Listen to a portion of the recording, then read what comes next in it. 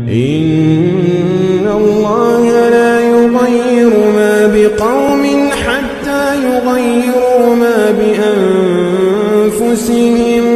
إن الله لا يغير ما بقوم حتى يغيروا ما بأنفسهم.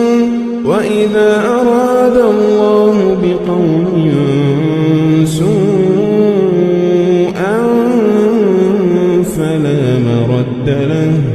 فلا مرد له وما له